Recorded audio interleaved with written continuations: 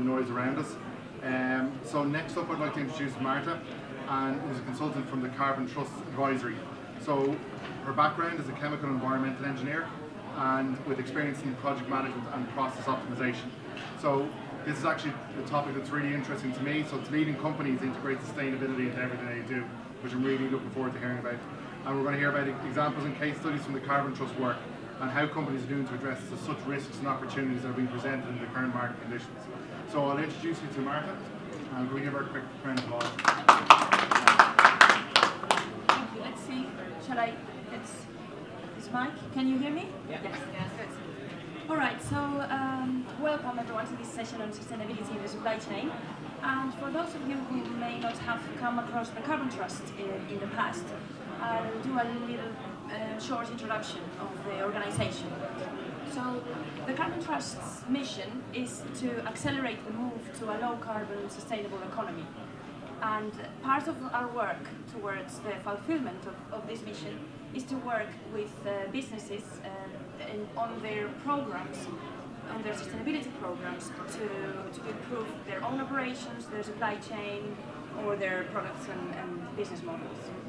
The Carbon Trust is a not-for-dividend organization, so any profits that we make, we actually reinvest in the fulfillment of our mission. We can see here some of our selected clients, and you will notice there's a wide breadth of sectors we have expertise in, and you can also see some of the biggest global names are our clients. Our head office is in London, but for a few years now we have been expanding internationally, and we have now several small offices around the globe. So that's an introduction to us, but let's talk about resource efficiency in the supply chain now, and how it is and should be seen as a driver of value. So if we look at the context in which businesses operate today, and although there's currently a slowdown in economies like China, for instance, and lower than average fuel prices, if we take a step back and look at the last 15 years, we see that the fluctuations on commodity prices and on the price of oil have been 350, 200 respectively. And this trend is very likely to come back in the medium term.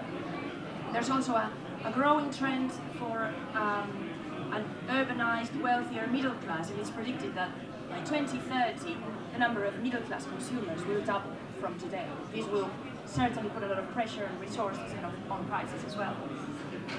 And we should not forget the general impacts of global warming and the impact this is going to have on water availability, on arable land.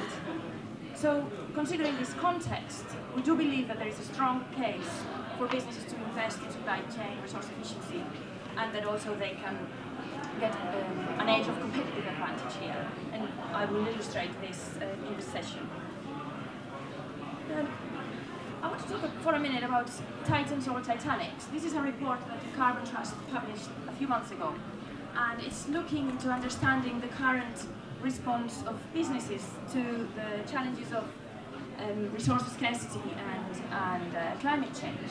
And as part of this report, we interviewed over 200 global business leaders. This is C-suits, business leaders, investors, business experts.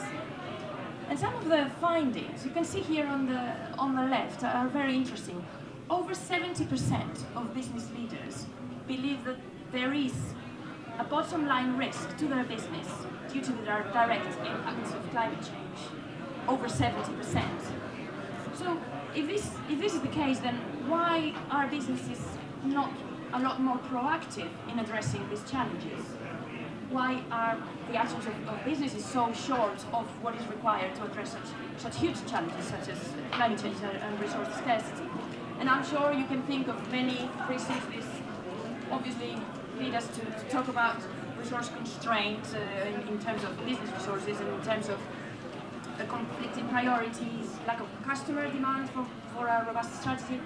But over 30% of businesses are actually arguing that being able to quantify the impact of sustainability into their business strategy is a real barrier for them to take action.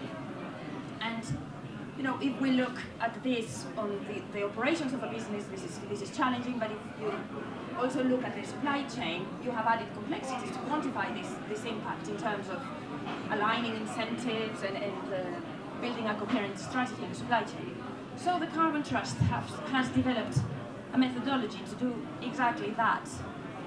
We don't have time really to go into detail, but I can tell you more about this offline. But this methodology enables businesses to quantify in terms of cash impact the risk and opportunities that they will have considering different drivers, such as the impact of carbon pricing, the impact of indirect physical effects of climate change, such as floods or droughts, or breakthrough technologies, so they can really get a feel for what is in it for them to prepare and to address these risks or to grasp the opportunity. This methodology is helping a lot of businesses today have a much more strategic approach to their supply chain strategy. So let's talk now about what are some of these opportunities in the supply chain. And we can see here the carbon embedded in the value chain of different sectors. In the light blue bars, we have a representation of the direct carbon emissions of that sector, and the dark blue bar is the upstream emissions for that sector. So this is raw material extraction, processing, logistics, so all the purchased goods and services of the sector whose emissions are in light blue. And we can also zoom in and have a look at different types of manufacturing industries. And what comes out of this graph is that the direct impact of a large number of sectors is smaller, or at least comparable, with the impact of their upstream supply chain. This means then that there's a lot of carbon and energy embedded in their supply chain, and that then the supply chain can act as a multiplier of energy and carbon risks. And it's estimated that if there was a 10% increase in energy prices, some large global corporations could see up to 1 billion euros annually extra cost on their procurement bills. Now, similarly, for those companies that address and reach out for these opportunities with their suppliers in their supply chain, they could really get some cost advantages. Our experience in different sectors shows very interesting numbers. So, for instance, food and drink processing industry, we've identified around 10% savings in raw materials, including logistics, and 15% on manufacturing energy costs. But the savings are really of a similar scale in all sectors. So we have between 20 and 40% in several sectors, with very interesting return on investment on the capital expense. So let's have a look now at what are the approaches that businesses can take to address these inefficiencies in the supply chain. And the first approach is generally led by the procurement function and is focused on supplier performance improvement. And in our experience, there's to build a coherent and a systematic and very impactful approach to address supplier performance, you need at least 3 elements. First, define those standards of performance for suppliers. Second, engage in some way on their performance improvement. And third, clarify the consequence and reward for the suppliers. So let's see this one by one. So the standards of performance. This basically means that the company, the buyer, requires the suppliers to report, and in many cases to reduce their environmental impact. I'm sure many of you are familiar with supplier scorecards that can get integrated into the procurement processes and can use data from other platforms and other programs such as CDP supply chain program, for instance. Many companies choose to actually certify with the Carbon Trust standard for carbon waste of water that gives them this extra third-party verification that they are not just measuring and managing, but also committed to reduce their footprint over time. The second element that I mentioned is the engagement in the performance improvement of suppliers. And a nice example here is our work with 2 Degrees and Tesco to build the Tesco Buying Club, whereby suppliers of Tesco can collaborate and can access better rates and better discounts for their lighting improvements, because they can use their collective purchasing power. But we also see some examples out there in the market of suppliers, of the buyers, of businesses, helping, financially helping suppliers pay for energy audits, for instance, to identify improvements, and in some cases to even partially financing their upgrade of equipment. Obviously, this needs to be done in a context that with a commercial agreement, so that it's attractive for the buyer. But the examples are there and are growing, right? And then the third element is consequence and reward. So if you want to improve and incentivize the performance, the environmental performance of your supplier, they need to know that once the basic criteria of cost, of quality, of service are met, that then you're going to look for environmental performance as the next differentiator. You need to clarify this to make sure they are incentivized to improve. Now, another set of approach efficiencies in the supply chain is centered on the product, and there's a couple of options here. So design. Many companies are looking into, after doing some studies on carbon footprint or resource footprint of the product, or some looking at the results of the methodology that I mentioned before, they identify what are those key materials that are very resource intensive or that are clearly at risk, and then they minimize the amount in their products, or they look for alternatives. And we've just completed a project with manufacturer in the UK of doors and windows, and we help them integrate the carbon footprint of their window handle into their new product design. And the result is that they were able to identify and now launch a new window handle with exactly the same specs, but 60% of the overall life cycle carbon emissions embedded into it. More extreme actions sometimes are for companies to edit their portfolio of products and eliminate some of these very energy or resource intensive products, and or bring into the market some new alternatives that are greener and more sustainable. Obviously there needs to be a good market research behind before to be able to justify this.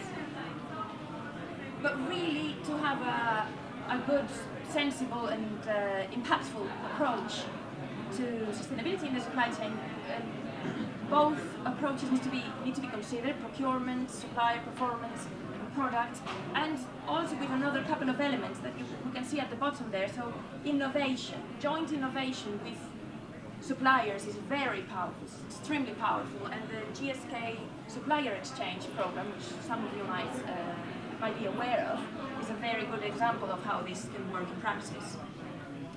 Also, bringing in circularity thinking into the supply chain and into the design of the products and services is very important.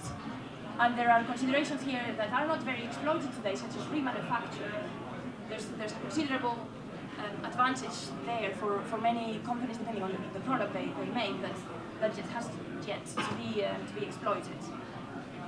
So we have worked with several companies, tailored programs depending on their business, depending on their products. One of the last insights I wanted to share today is that, in our experience, really, for this to be a comprehensive program and to be effective, you need to make sure that the internal functions are working together. So you need to link the product development, the R&D department, with the sustainability departments, and with the procurement and supply chain departments, This is very challenging at times because of the different time frames that some of these functions consider. But hopefully I've been able to illustrate how for those companies that push through and break those internal barriers, the rewards are tangible, very tangible. And I'll just close with by showing you a couple of examples of our recent work. This is our representation of the footprints of 20 brands of a global manufacturer that wanted to understand their footprint by product on a global scale. So now they can make much better informed decisions on where to focus.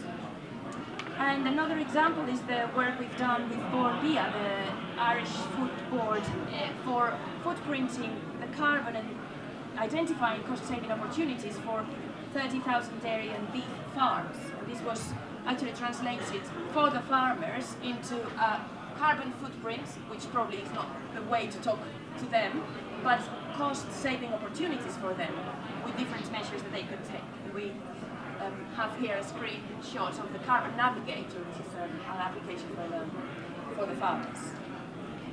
Good, so that's all I had time to share today, but please make sure you grab me or one of my colleagues from the Carbon Trust if you have any questions or would like some more information. Thank you.